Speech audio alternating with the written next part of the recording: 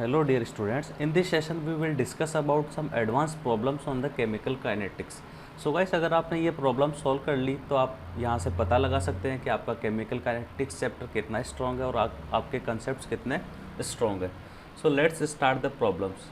आपके सामने ये फर्स्ट प्रॉब्लम है जिसमें लिखा है for a reaction A to B and B to C, if reactions are first order then we have to find dB by dt. So what is the dB by dt? dB by dt है rate of the formation of the product B. So dB by dt we have to find. So first of all आपको क्या करना है? For the dB by dt, first we will know about the rate of formation of B from A to B. So rate of formation of B will be equal to K1 into concentration of A at any time T.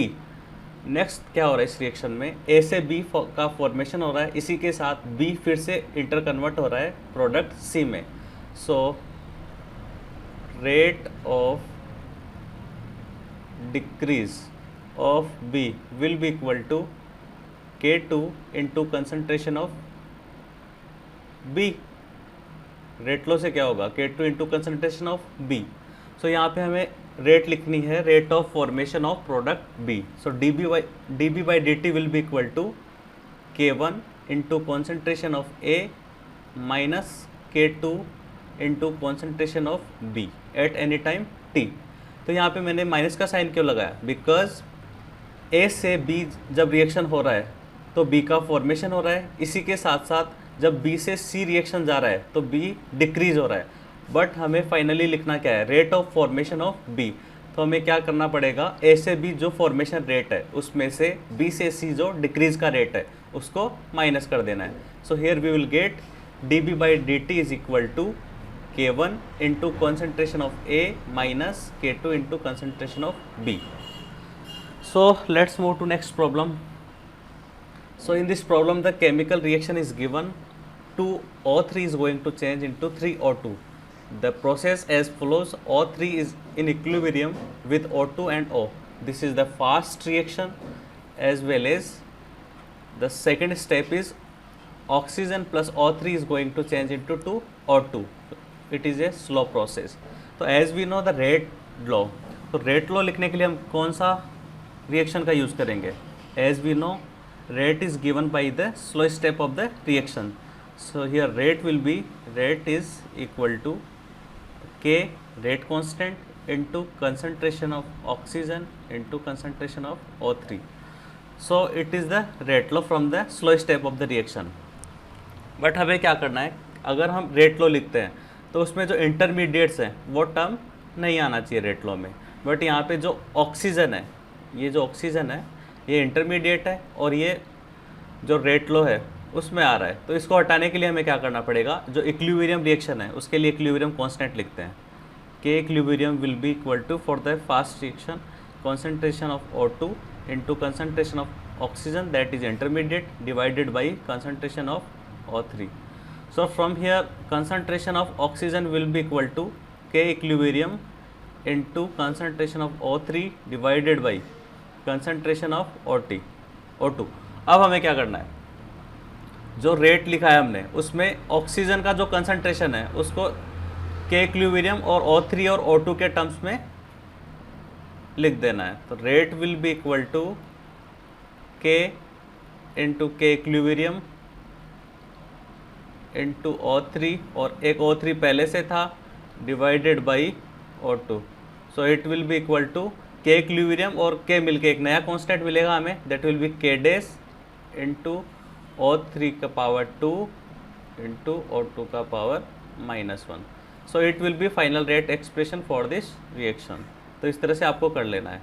तो आपको जब भी rate expression लिखना है तो उसमें ये ध्यान में रखना है कि जो रेट लो होगा वो स्लो स्टेप रिएक्शन से निकालेंगे हम. उसके बाद अगर उस रिएक्शन में कोई भी इंटरमीडिएट अपीयर हो रहा है तो इंटरमीडिएट को हमें डिडक्ट कर देना है. तो यहाँ पे ऑक्सीजन था जो वो इंटरमीडिएट था, उसको हटाने के लिए हम इक्विलिब्रियम कांस्टेंट से ऑक्सीजन का वैल्यू निकालेंगे in terms of O3 and O2.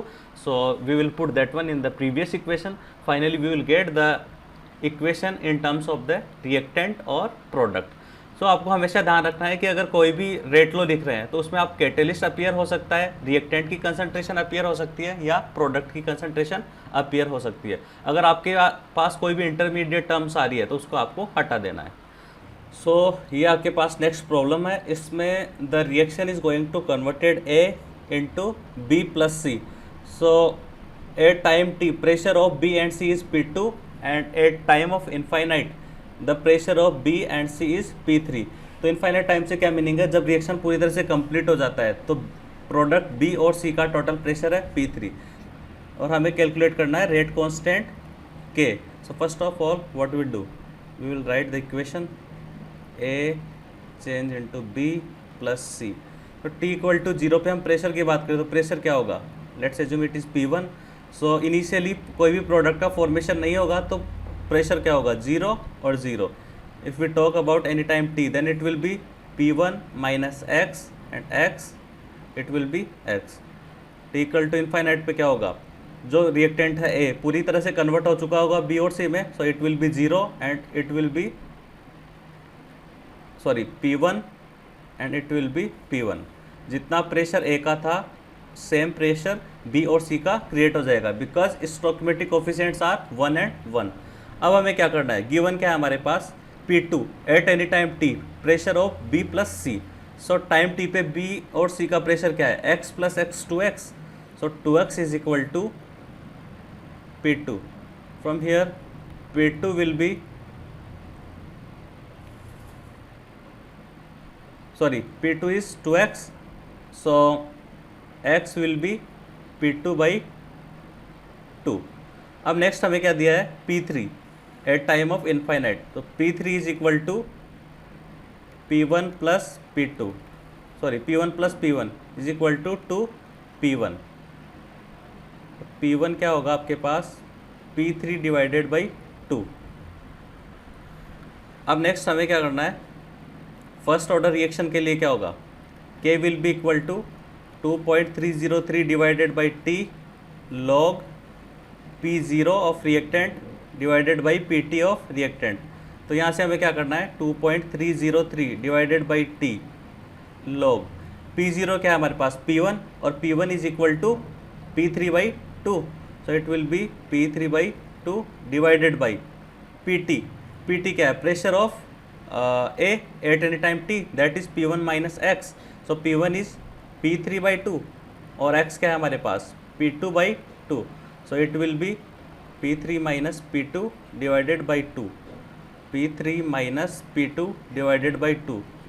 So 2 से 2 कैंसिल हो जाएगा. फाइनली हमें क्या मिलेगा, K is equal to 2.303 divided by T log P3 divided by P3 minus P2. So it is the final expression. So in this way you can calculate the rate constant in terms of the pressure. तो यहाँ पे क्या assume किया गया है, P equal to NRT से P is equal to N by V RT at constant temperature and volume. P will be directly proportional to N by V that is C.